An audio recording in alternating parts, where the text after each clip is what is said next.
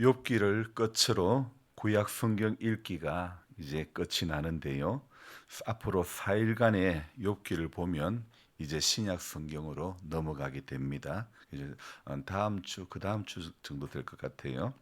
일반적으로 저자는 욥이라고 하지만 사실 이 욥기는 정확히 언제 누구에 의해 쓰여졌는지는 모르는 그런 성경입니다. 하지만 어떤 문학 작품이라는 것과 예를 들면 옛날에 일제 강점기 때 울밑에선 봉숭아야 내 모양이 처량하다와 같은 노래가 어떤 특정한 시대를 보여주는 것처럼 욥기에 쓰여진 언어와 또 그 언어의 형태, 내용으로 볼 때 나라를 잃고 포로 생활을 하였던 그런 쓰라린 경험을 한 뒤로 쓰여진 것으로도 추정해 볼 수도 있죠. 하지만 많은 학자들은 말하기를 아브라함과 비슷한 족장 시대의 의 사람으로 욥을 그 시대의 사람으로 보기 때문에 그래서 기록 시기는 정확히 알 수는 없다는 겁니다.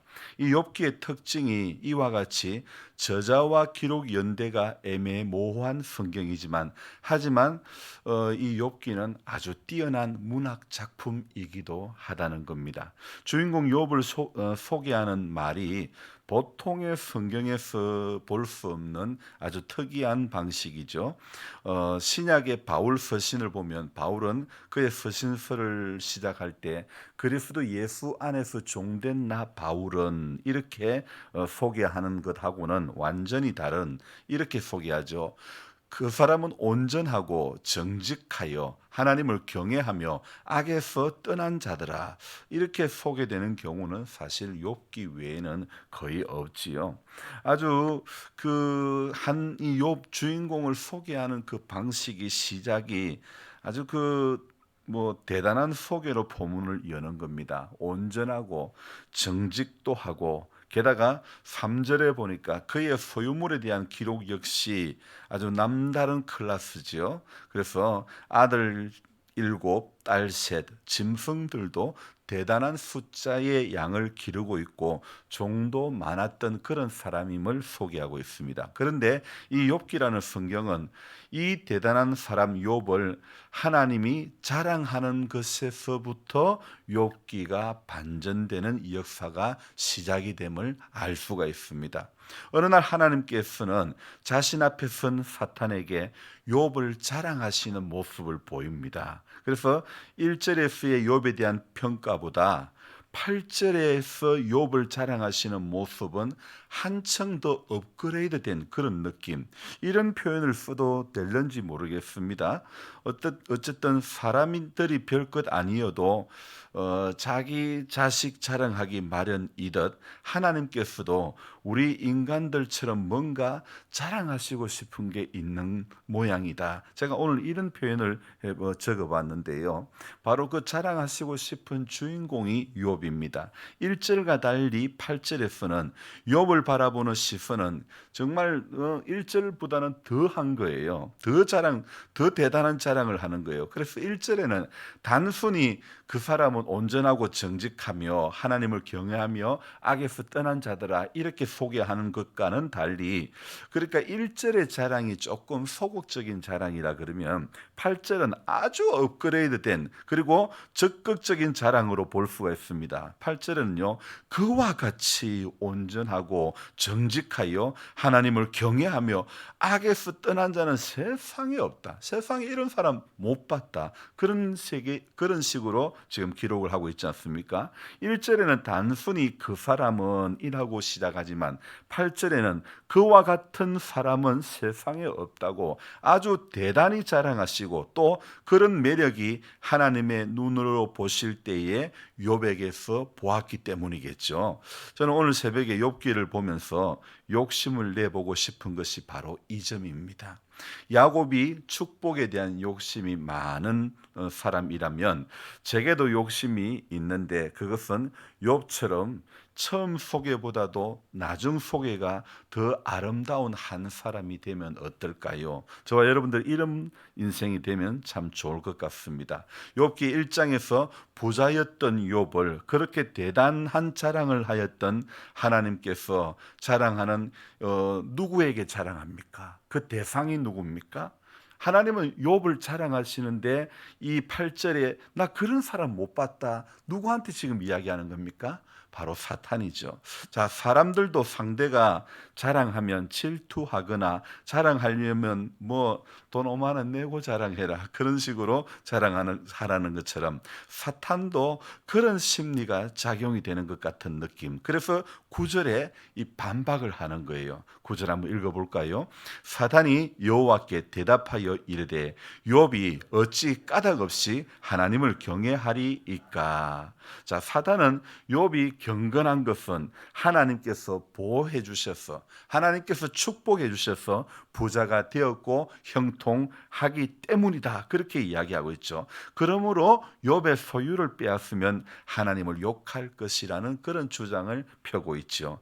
흔히 사람들이 하는 말, 저마가 저지 부모를 잘 만나서 부모 덕에 지가 저렇게 살지. 우리 이런 이야기들 많이 이런 뉘앙스를 뉘앙스의 말들을 많이 하는데요. 우리는 여기서 욥을 보는 이 사탄의 시각을 우리에게도 그대로 적용해 본다면 우리가 하나님을 믿는 것도 우리가 교회 생활하는 것도 우리가 봉사를 하는 것도 혹시 복을 주셨거나 복을 주실 것으로 믿기 때문은 아닌지 우리가 한번 생각해 볼까요? 주신 그분이 다 거두어 가셔도 하나님을 여전히 신뢰하며 살 수 있을까? 여기서 사탄이 조건을 이야기하니까 환경을 이야기하니까 하나님께서는 사탄의 의도대로 욥을 치는 것을 허락하시지 않습니까? 바로 여기서부터 욥의 고난이 시작이 되는 겁니다. 한 번도 저는 이렇게 생각해 본 적은 없는데 오늘은 이런 생각을 해 보았습니다. 하나님께서 욥을 좀 자랑하시지 마시지. 그렇다면 욥이 고난 당하지. 이렇게 괜히 하나님께서 긁어 부스럼 만드는 건 아닐까 이런 생각을 또 해보았습니다. 하나님께서 하신 괜한 생각 때문에 욥이 이런 고난을 받게 되었다. 이런 생각, 이런 사고를 한번 가져봤는데요. 이거 욥의 고난은 그렇게 생각하다 보면 욥의 고난은 하나님 잘못이다. 이런 공식이 성립이 될 수 있죠. 그렇습니다. 창세기에도 태초에도 선악과를 심은 것은 하나님 잘못이다. 이런 공식으로 또 될 수도 있겠죠. 물론 일반적인 고난의 근본 이유는 인간의 죄악 때문이고 욕심 때문이죠. 하지만 고난 가운데는 하나님께서 열어가시는 고난도 있는 것입니다. 시찰내의 한 목사님이 지금 대장암으로 투병 중입니다. 저보다 나이도 어리고 또 말수도 워낙 적고 조용한 목사님께서 원치 않는 병으로 지금 고생을 하고 있죠. 여기에는 하나님께서 자랑하신 것도 없고 사탄이 반박한 것도 없습니다. 여러분 세상 사는 동안에 누구나 원하든 원치 않든 어려움에 처할 수가 있습니다. 하지만 우리는 찬송하며 이겨 나가야 하는 것입니다. 찬송가 가사 중에 이 가사가 오늘 새벽에 문득 떠올랐습니다. 세상 사는 동안에 나와 함께 하시고 세상 떠나갈 때에 천국 가게 하소서. 날 사랑하심 날 사랑하심 날 사랑하심 성경에 써였네. 여러분 고난의 이유를 세상에서 찾지 말고 고난의 이유를 사람에서 사람에게서 찾지 말고, 고난의 이유를 환경에서 찾지 말고, 우리는 기록된 성경에서 찾아야 될 것입니다. 졸지에 재산을 모두 잃고 졸지에 자녀를 모두 잃어버리고, 그래도 욥은 사람의 한계를 넘어선 믿음의 고백을 욥기 1장 마지막에 하고 있지 않습니까? 21절, 22절 우리 한번 볼까요? 이 21절, 22절은 한계를 넘어서는 아름다운 믿음의 고백이라고 볼 수 있겠죠. 같이 읽습니다. 이르되 내가 모태에서 알몸으로 나와 싸운즉 또한 알몸이 그리로 돌아가올지라. 주신 이도 여호와시요 거두신 이도 여호와시오니 여호와의 이름이 찬송을 받으실지니이다 하고, 이 모든 일에 욥이 범죄하지 아니하고 하나님을 향하여 원망하지 아니하니라. 여기 원망을 안 했다는 이 욥의 모습 속에서 또 하나를 깨닫게 해주십니다. 사람이 원망하는 것이 어디서부터 나오는 것인지 욥기를 보면서 알게 하시는데요, 오늘 지금처럼 사는 것, 지금과 같은 은혜를 누리는 것을 당연한 것이라고 생각하며 살다가 그렇지 못한 환경으로 전락될 때 사람은 누구나 원망하기 쉬운 거죠. 하지만 욥이 하나님을 원망하지 않은 것은 그의 마음 가운데, 그의 신학 가운데 알몸의 신학이 있었기 때문에 하나님을 원망하지 않았다는 겁니다. 처음부터 누리는 호사가 아니라, 처음에는 누구나 다, 어느 누구나 할 것 없이 알몸으로 출발한다는 것이죠. 아들 7, 딸 3을 낳은 것도, 수많은 짐승들, 수많은 종들을 소유함도 당연한 것이 아니라 은혜의 역성을 알았기에, 알몸을 출발한 인생이라는 것을 욥은 알았기 때문에, 이 사실을 명백히 알았기에 하나님을 원망하지 않을 수 있었던 것이죠. 어제 저녁 피곤한 몸이었지만 신영주 교회에 사는 손경민 목사님 찬양 집회를 다녀왔습니다.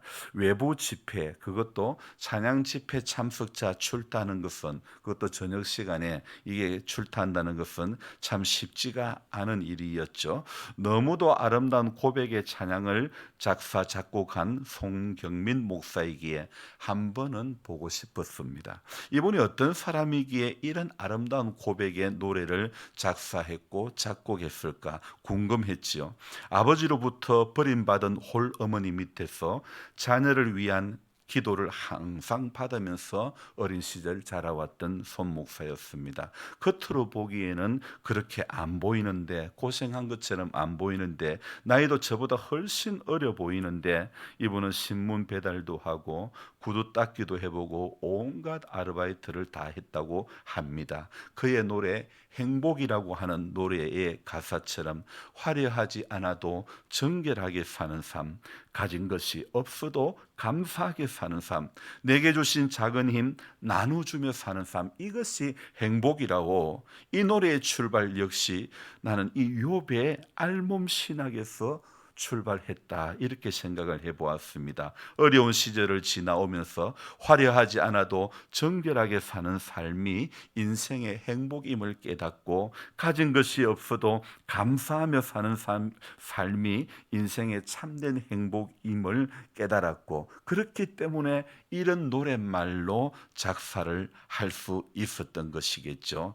역시 신앙은 경험해야 아름다운 신앙이 되는 것 같습니다. 오늘 욥기 1장에 나오는 사탄을 보면서 그의 까닭 없이 하나님을 경외할까, 이 말을 해석해 볼 때, 하나님 앞에서 까닭이라는 인간의 경험을 가지고 반박한 것을 볼 때, 인간의 넘어짐과 인간의 일어섬이 바로 경험에서부터 출발함을 잘 알 수가 있었습니다. 오늘도 머릿속으로 알고 있었던 하나님이 우리 신앙과 우리 삶의 현장에서 경험되는 아주 작은 그것에서부터 출발하는, 바로 알몸 신학으로부터 출발하는 하루가 되었으면 좋겠습니다.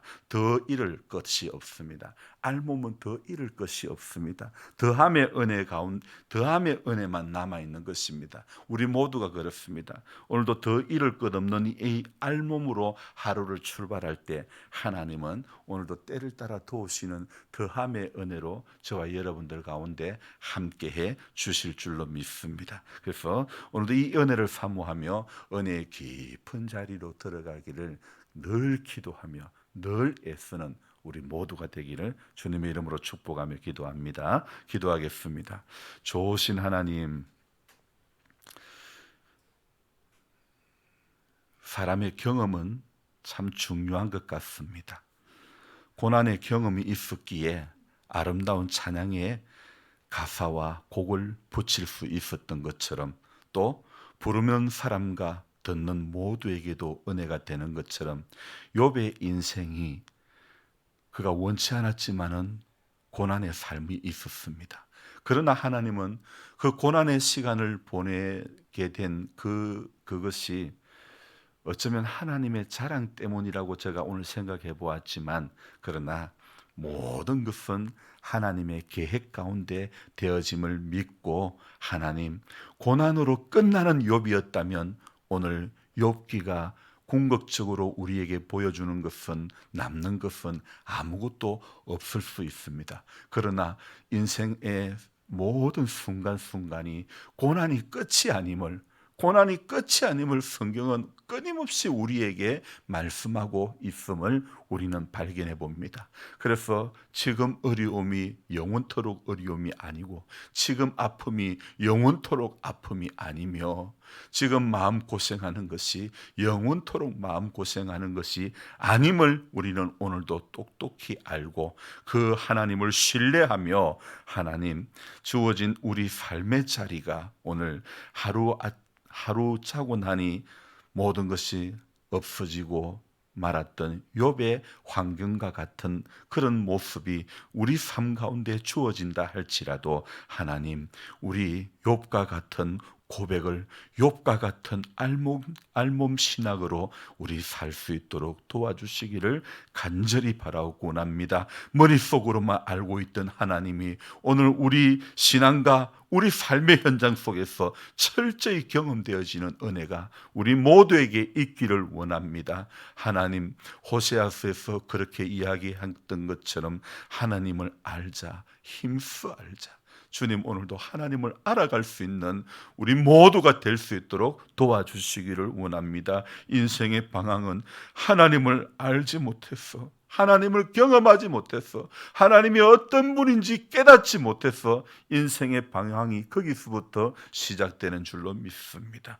주님, 하나님이 누군가를 우리 분명히 알게 해 주시고, 또 내가 누군지를 우리 알게 해 주셔서 우리 연약한 인생들이 오늘도 우리를 지으신 그분을 바라보며, 그분을 소망하며, 그분의 부르심 가운데 오늘도 나아가기를 간절히 사모하는 마음으로 이 하루를 살 수 있도록 도와주옵소서. 이제 하나님 알몸으로 출발할 때에 더 잃을 것 없고 더함의 은혜만 주어지는 그 은혜가 우리 모든 성도님들의 삶의 자리 가운데, 남은 인생의 시간 가운데 가득하게 해 주시기를 원합니다. 오늘 하루도 하나님의 은혜로 우리 모두 강건케 하여 주시고 더 은혜의 깊은 자리로 들어갈 수 있는 영광을 주시옵소서. 감사를 드리며 존귀하신 예수님의 이름으로